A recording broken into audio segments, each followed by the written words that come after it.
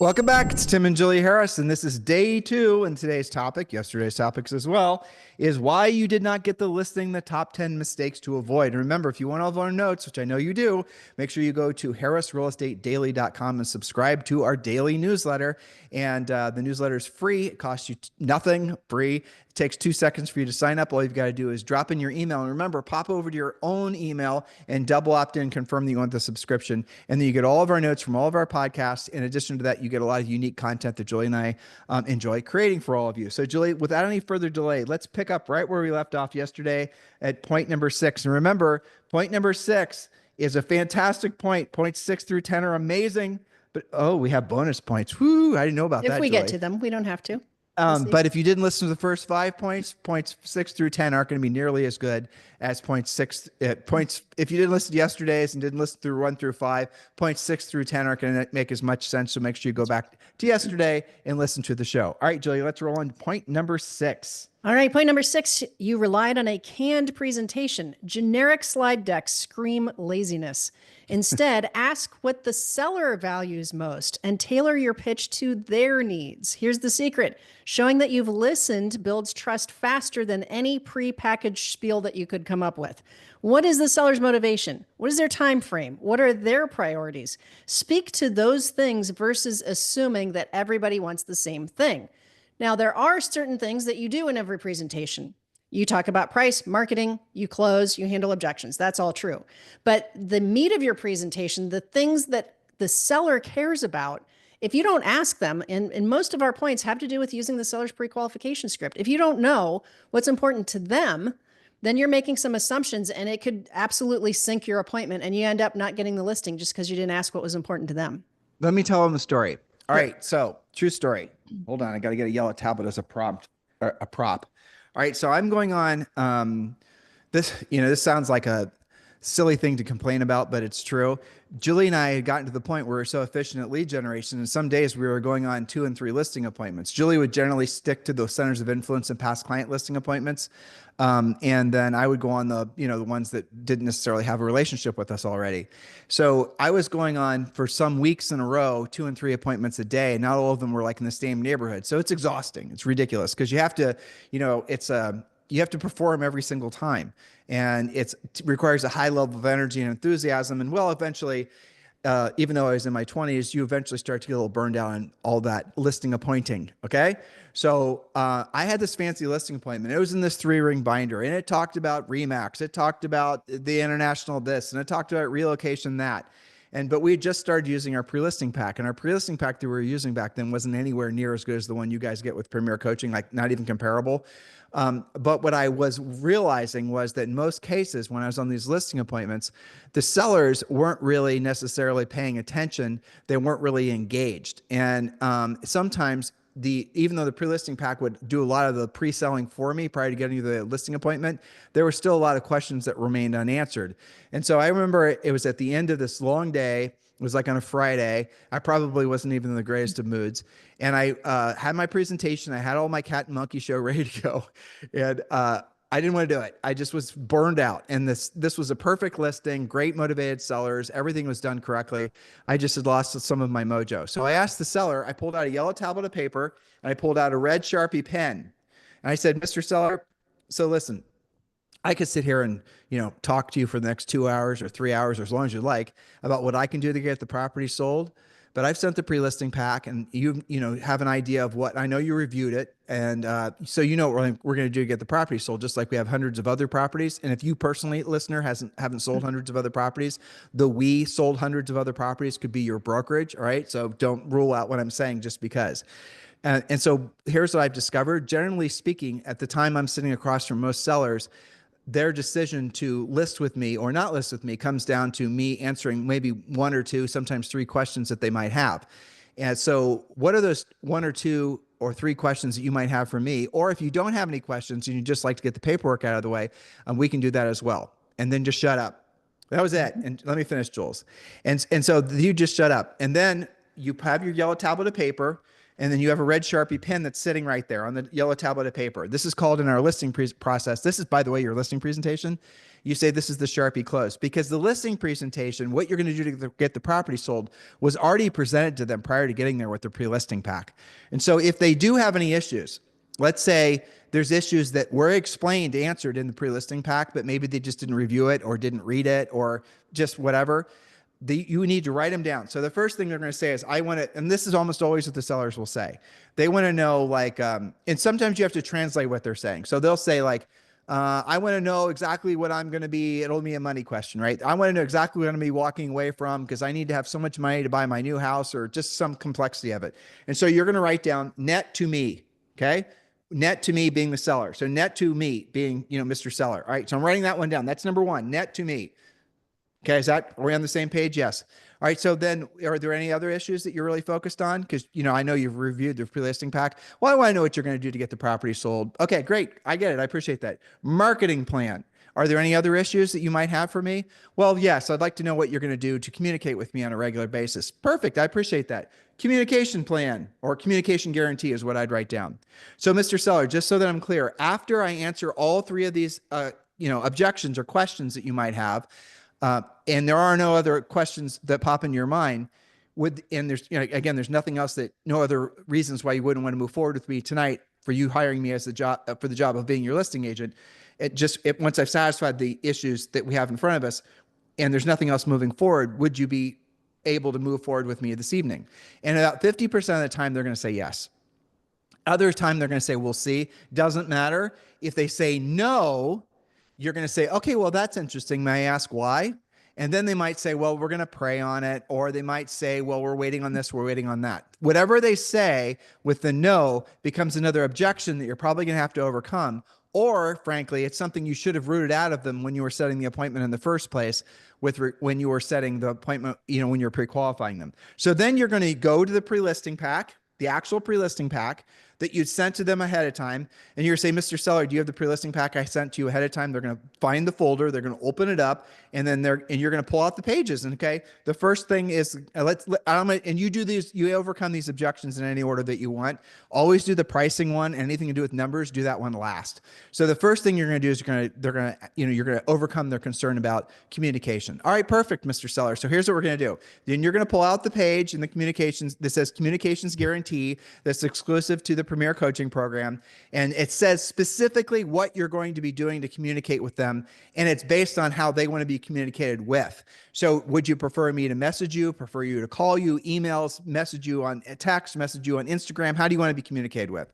And then they'll tell you and say, Mr. Seller, this is my communications guarantee. This is what it says right here. I will guarantee, and you can read it to them, and they can see it. Nobody else that you're competing against is going to have a communications guarantee. It's going to be like with the one we've created and evolved over the last 20 years.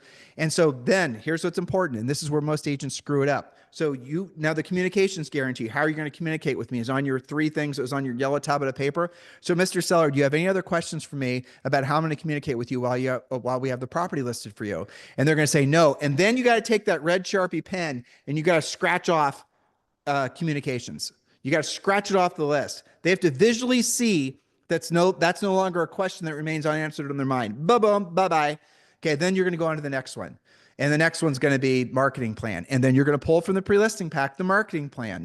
There's a marketing plan, and then there's, what you're going to be, all the things. There's 3 different pages in the pre-listing pack that pertains to what you're going to do to get the property sold. Pull those pages out, show them to the seller. You don't have to read every darn little detailed point, but you can show it to them and explain it to them. This is what I'm going to do to get your property sold. And this is work when we are selling, or I have sold hundreds of other homes in your particular marketplace. And this marketing plan has proven itself to work in all market conditions, no matter who the president is, what the interest rates are, those types of things. Follow our scripts that we give you in Premier Coaching. Do you have any questions about my marketing plan? I'm fast forwarding here, but that's the gist of it. Let them, review it. Remember, they probably already have seen these pages because you delivered the pre-listing pack prior to you getting there. So now they're seeing those pages. So Mr. Seller, do you have any other questions for me about what I'm going to be doing to get the property sold, about my marketing plan? And they're going to say no. or they might have more questions. It doesn't matter. Now, what you're listening for is when they've talked to other agents, you want to find out if the other agent would have maybe sprinkled, fairy dust on them about something else they were doing. And it might have to do with internet marketing or relocation, but you have to ask them, are there any other questions that you have with regards to what we're going to do to the property, get the property sold? And is this, this is definitely the marketing plan you were looking for. Wouldn't you agree? If they say anything other than yes, you have to say, well, that's interesting. What else were you looking for? And then they're going to tell you about what some prior agent that you are competing against may have said about relocation. And then you need to pull out your relocation page from the pre-listing pack, and you need to just show them what you're doing as far as relocation, right? So then the last thing is going to be the price. Now, it was net to me, right? So what you're going to do, again, this is already in the pre-listing pack, is you're going to pull out the net sheet that you did for them that's showing the 3 different scenarios of how the house might sell. And so, Mr. Seller, when it comes to pricing properties, and especially a fantastic property like yours, you always got to love their house, guys. Never have anything bad to say about it. Always got to love it. So generally speaking, Mr. Seller, there's 3 strategies to go about for pricing. We can price it at the very, very tip top of the market. We could price it, at essentially what the market is telling us, what the buyer's expectation is, or we can price it below market. Now, depending on what your motivation is and depending on what the feedback is, that'll determine where the house should be priced. And now, just so you understand, agents, let's say this is an 800s house. 775 would be it'll sell in 24 hours price. 850 means it might need a price reduction. You guys getting the whole idea here? And let the seller choose. The seller's always going to choose 850. If the seller is motivated and they have a time frame, then you say what I showed you guys yesterday is, Mr. Seller, listen, I appreciate that. So let's go ahead. It's a fantastic property. I can understand why you feel your property is worth more than what the market's telling us. Remember, it's not your CMA. It's not my CMA. Don't use ego, personal pronouns. And no, this is not a woke thing. This is just a reality thing. You don't want to make the seller ever feel like it's you against them. And then they'll say, well, let's go ahead and price it at 849 or whatever the price is. And you say, okay, that's fantastic. But let's agree that after 2 weeks or 10 showings, if we don't have a written verified property offer on the property, they'll reposition it so we reflect the buyer's expectations. And then the net sheet is going to show them the different scenarios of where the property is going to sell based on the actual sale price. 850, this is your net. 800, this is your net. 775, this is your net. And maybe maybe the actual list price or the correct price is 835, not 800, or you guys get the idea? That also overcomes, now if they have any issue with your commission, you could say, Mr. Seller, I'm so glad you asked about my commission. I really appreciate it. That's a really important question. Repeat and affirm what they say. Don't make them feel adversarial to you.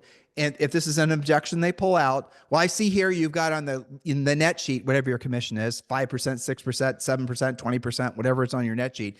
And they're going to say, well, I see you've got 7% on my, as for commission. And on our net sheets, what we show you to do is break the commission out.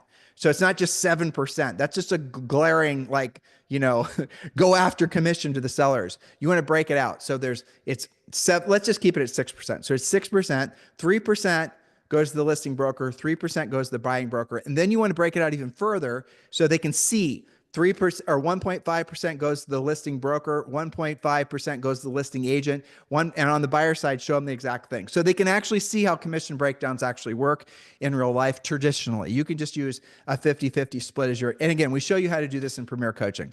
And then they're going to see and understand where the commission goes. Because if you don't do it that way, all they're going to see is the big number. Never just give it to them in 6% number, because they're obviously going to go after that. It's going to trigger them. And then they might say, and some of them will, this is an $800,000 house and it's a 6% commission. And I appreciate the fact that you're showing me where the commission goes. And I understand that everyone works hard for the money nowadays and whatever. But you're still telling me that you're going to charge me almost $50,000 to get this property sold. And you're going to just say, Mr. Seller, listen, if I were in your position, I would completely and totally agree with you. And I understand your position on this. But let me ask you a question. What matters more? How much money you make from the sale of this property, Mr. Seller, or how much money I make from the sale of this property? I mean, I'm sure you'll agree that it doesn't matter really what my commission is, as long as the check I hand you at closing meets or exceeds your expectations, correct? See what I've done there? And then they're going to say yes, and then you're going to show them what the net is. So, Mr. Seller, if we sell this property for, say, $835, this is your net. And you told me when we were pre-qualifying, remember, guys, follow our system, that you needed, $400,000 to buy your next property. Well, this selling it at $835 is going to net you over $400,000. So that accomplishes your goal. See what I've done? We made it so the commission, what you're charging, is not the focal point. If you have sellers that really want to, some sellers will, but not all of them will. Especially if you sent the pre-listing pack and you sent all the numbers ahead of time, they're not going to want to do battle with you. They're not going to even want to bring it up. They're just going to say, I saw the net sheet. I appreciate it. And then let's go ahead and shoot for the stars, shoot for the moon, and price it at 849. And you're going to agree with them. Okay, fine. But let's agree that after 2 weeks or 10 showings, if you don't have a written verified offer on the property, that will reposition on the market to correctly reflect the buyer's expectations. Now, I know I just fired hosed all you guys, but I want you to understand, I personally have not done a listing presentation in a long time, but I have it so ingrained into my brain. I could go on one right now and be lethal. And you guys can get to that point as well. Because listing appointments, in my opinion, and a lot of others too, is the most fun thing to do when in selling real estate, because it does require skill and it is competitive and it's so fun to win, especially against an agent in a marketplace. Like Julie's smiling because she remembers too, especially in a marketplace where you have some Betty Bebop and Bob Bebop who've been there forever, drive around in their fancy Assumptive car. types. Yeah, yeah, exactly. The sort of it's my business and what are you doing in my market? When you start beating those folks, I'm telling you that is the best, sweetest feeling, because what you're doing is you're giving the sellers what they want, which is alternatives. And Mr. Seller, listen, I want you to remember, when you list your property with Julie and I, if for any reason you're not 100% satisfied with the services that I'm providing, I'm sure you read in our pre-listing pack that you have our easy exit listing, which means that you can fire us at any time. But do you realize when you list with Bob or Betty, they're going to have you sign a listing contract that's all one-sided, 6 months, 12 months listing contract. And it's going to specifically state that you cannot fire them. So all they have to do really is give you the best cat and monkey show here now. And then you sign that contract and they could never communicate with you again. They could never do an open house. They could just essentially, they got the contract signed. If that property transfers while the listing contract is valid, you're going to owe them a commission. Does that make sense to you? Doesn't make sense to me either. And also, I didn't talk about the flexible fee commission plan and all the other things. Point is when you use our system, we are going to remove all the risk, all the chance of whether you will or won't get that listing. It's a complete proven system that you will be thrilled about when you have the opportunity to present to sellers, just like I am thrilled to present to all of you right now. Sorry, Julie. It's okay. Now, I'm going to fast forward to the next related point, because the reason that you were going through all of that and using your yellow pad and writing down what's most important to the sellers, those are their objections. You visually cross out, mentally, visually, no more objection. It's gone. One of the mistakes that agents make in listing presentations is not moving on after they handle the objection. You're visually crossing it out. Let me finish that. Number two, number three. And that leads to point number 9, which is remembering to close. But okay, so let me finish that because you just brought something up and you're right. I got to talking about the other things. So Julie just said it. So after you have overcome the 3 things that they said, cross all 3 things out with a red Sharpie pen, cross all 3 of them out, and then put the tablet down and, even turn it around, have this, the seller see it and say, look, looks like we've answered all your questions. Let's get the paperwork knocked out so I can get started on getting your home sold starting this evening, and just shut up. Or when would you like your first showing? Exactly. When would you like, is it okay I start bringing folks through the next couple of days, or do you want to wait a week? And you know what they'll do? They'll just look around a little bit and they'll go, well, if you could wait to this weekend, and that's it. That's your whole damn close. Textbook. Nearly every time when you follow the system, the close becomes a breeze. This is one of the things, again, that agents live in fear of because they wait for the objections to come to the end. They don't ask. You see how all of these things are tied together. I think you did a great job tying them all together. Okay. Now, you have to remember to ask what's the most important thing to the seller, right?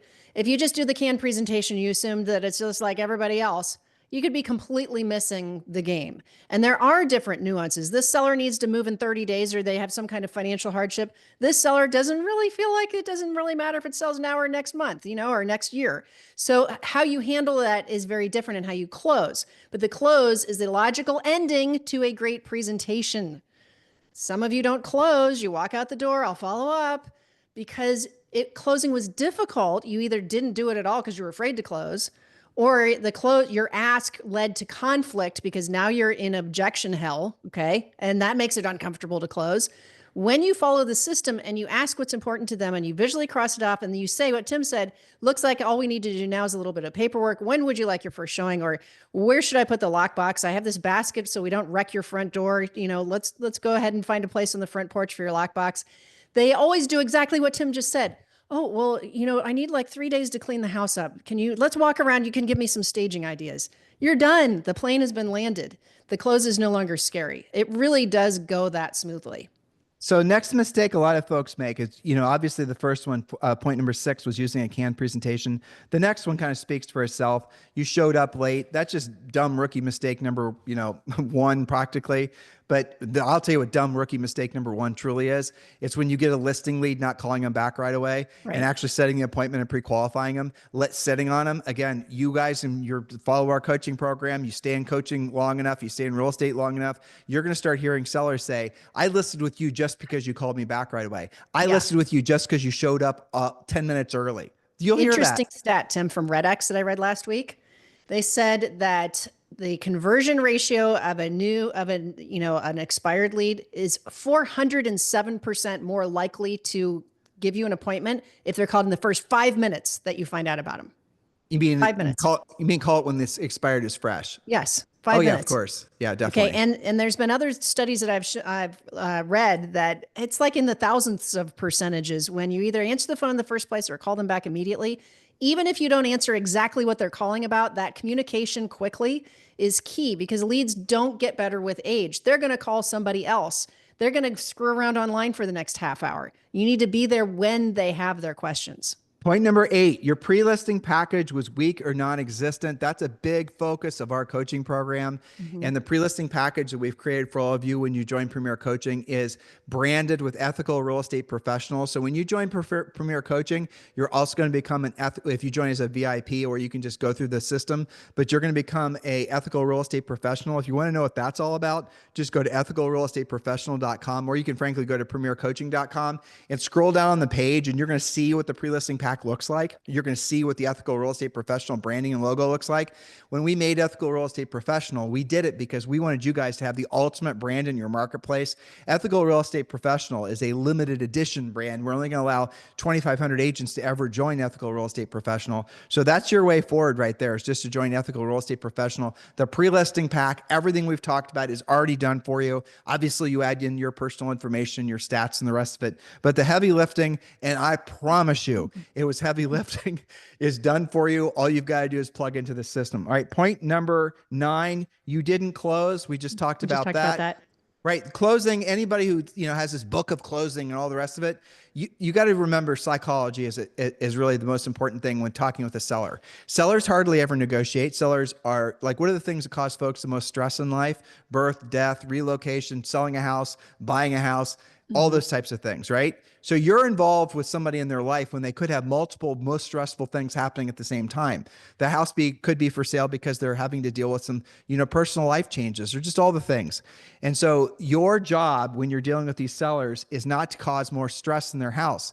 When you deliver the pre-listing pack, when you give them the CMA ahead of time, when you give them the listing presentation, the whole thing ahead of time so they can see it and you've already answered all their questions, they're going to be grateful that when you show up, it's not going to be for them to do battle with you, for you to, overcome their objections. They're going to be grateful that you've answered the question about the commission, the communications guarantee, the easy exit listing, Yeah, the you're the marketing solution, plan. not the problem. Right. And that's going to be a different vibe you're going to have that your fellow competing agents won't have, because of the fact that, you already did the heavy lift and ahead of time with the pre-listing pack, and the closing is just the Sharpie close. That's what we call it. It's in Premier Coaching. It's not any more complicated than that. Write down what they say, overcome every one of those objections, cross them out as you go, then say, let's knock the paperwork out. That's the whole close. It's easy peasy. Yeah. It is peasy. I'm laughing because there's so many videos on YouTube and books and all this other crap about how to close. And it's all this manipulative NLP mirroring and matching stuff.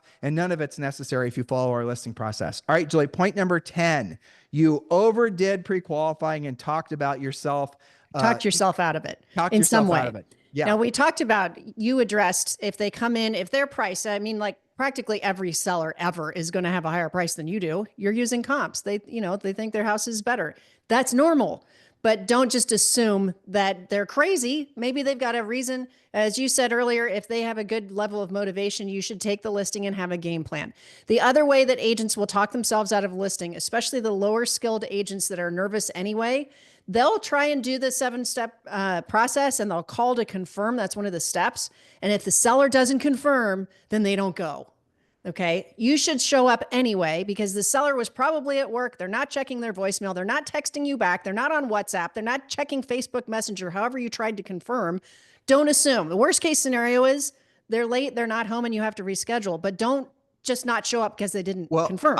I'm going to go a step further. And I know it's part of our listing process to confirm the appointment, but I have to say that probably it's not necessary because if they've set the appointment already, they're driving home, they're running a little bit late, they've got whatever stressor that's causing them to not feel, the greatest, and you call to confirm, they're going to say no, and then they're going to move the appointment, and that's going to screw up the whole process. Talking yourself out of it again. Yeah. Well, essentially. So personally, I wouldn't call and confirm. I would you got the appointment, you set it 2 days ago. It's either, it was at 5:30. You show up at 5:30. Well, assuming that you did the pre-qualification and they gave you the time of day and you've got their answers, that should be enough to show that they're motivated. Totally. And if for some way your lines got crossed, then you can just reschedule or start your appointment half an hour late. It's fine. Right. Exactly. But show up at their house when you said you were going to show up at their house. That's ideally 10 minutes early. Don't park in the driveway, park in the street if it's a residential home, and just follow our process.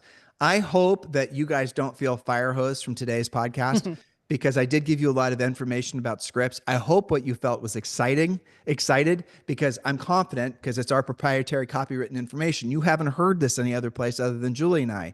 What is really important you understand is that you can master all this. Well, you don't even have to master it. If like say a level 10 is mastery and level 1 is where some of you are right now, because this is the first time you've been exposed to what truly it means to be an absolute home run hitter listing agent. If you only get to a 6 or 7 in our system, you're going to be so much better than all the other 1s and 2s in your marketplace, because most of the other agents in your marketplace will never get past maybe a 3. So if you're already operating at 100% more efficiency than they are, because you're pre-qualifying, because you know who you're competing against, because you know what they think the property is worth, because you know their ultimate motivation, because you're setting a pre-listing pack, because you're sending a net sheet ahead of time, the listing paperwork ahead of time, all the things that we teach you in Premier Coaching. When you just follow our system, I don't care if you just got your real estate license, you're going to dominate listing appointments.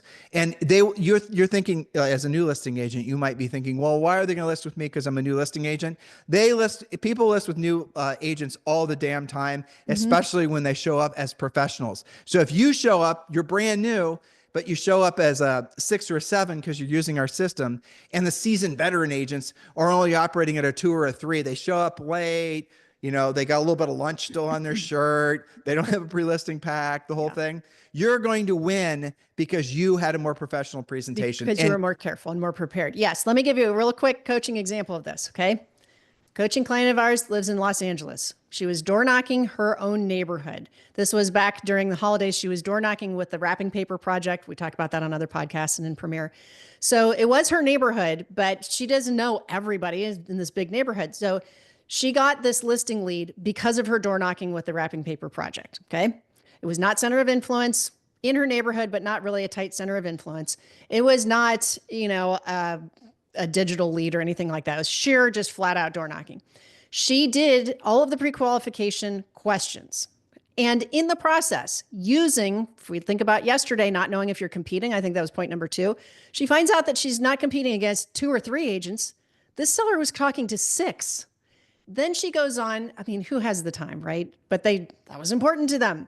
But here's the thing. Let me interrupt you. Just sorry. Mr. Seller, 6 agents. Wow. That might be my new record that I've ever heard before. Right. I'm curious, what are you hoping to learn from interviewing all 6 of those agents, and then shut up and listen to what they say? That's exactly right. She also asked, that's interesting. How did you arrive at those agents that you're speaking with? Now, here's where it gets interesting.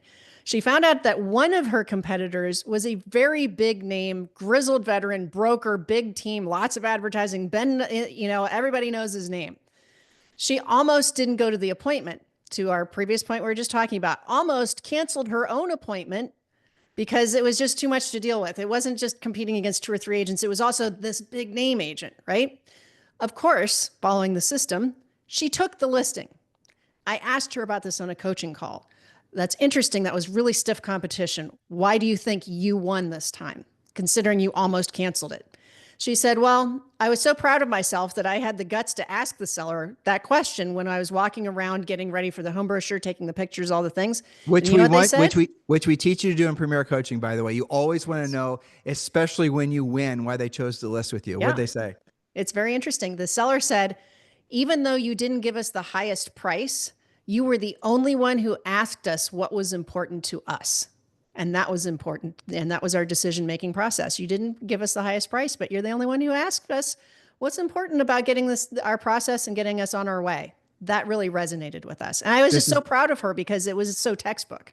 No, it is. Guys, listen, why leave it to chance? And so those of you who I don't have any, I've never worked with sellers before, or most of the people I work with that are sellers are my past clients. Mm-hmm. Well, you're about to get a call from a referral from somebody that you have no real relationship with, and you're going to be the one that's competing against 6 other agents. And this is the best listing ever that would for sure set Right. yourself up for the rest of the year with a bunch of other listing leads and buyer, just the best house ever to have for sale with your name in the front. And you don't have a process. You don't have a system, and you're just going to show up because you're Susie special Susie, and you're going to wow them with your personality, and they got a golden retriever, you got a golden retriever. Now that doesn't work in a marketplace like this. You're not going to fake friend them. You're not going to fake bond them. They're going to list with somebody. Now, if they have a bunch of other low skilled agents that they're trying to compete against, yeah, they might choose you, Susie, because you have the best personality. But if you're competing against someone that has a good personality and has our presentation in our system, you're going to lose.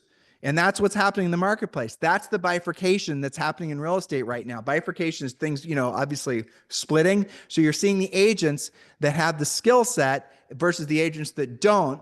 And the agents that have the skill set are the ones that have the sales presentation, have the scripts, know what to say, are absolutely positive on how to handle themselves professionally. Whereas these over here, they're the ones that are just will come types. If it happens, it happens. And they're also the ones that have been trying to buy their business, doing marketing and branding and advertising, and have never really worked on their skills. They're the ones that these agents are going to be competing against quite often. And these agents are always going to win against these agents. Nobody cares how many Instagram followers you have. Maybe they did 15 years ago, but they don't now. What they care is that you care about what's the most important to them. So I know which coaching client you're talking about, Miss Hermes, right? In her neighborhood. Yeah. Different coaching client, but same idea. Yeah. Okay, good. She's on the ascension. She's going to be the next one to do this. But final thought on this, Tim, and I think you'll agree with this, is so interesting to see coaching clients with their aha moments where it works, like the story I just told, and like our up and coming Hermes girl in LA as well. When it works and they're like, oh my gosh, that appointment just went like so much easier.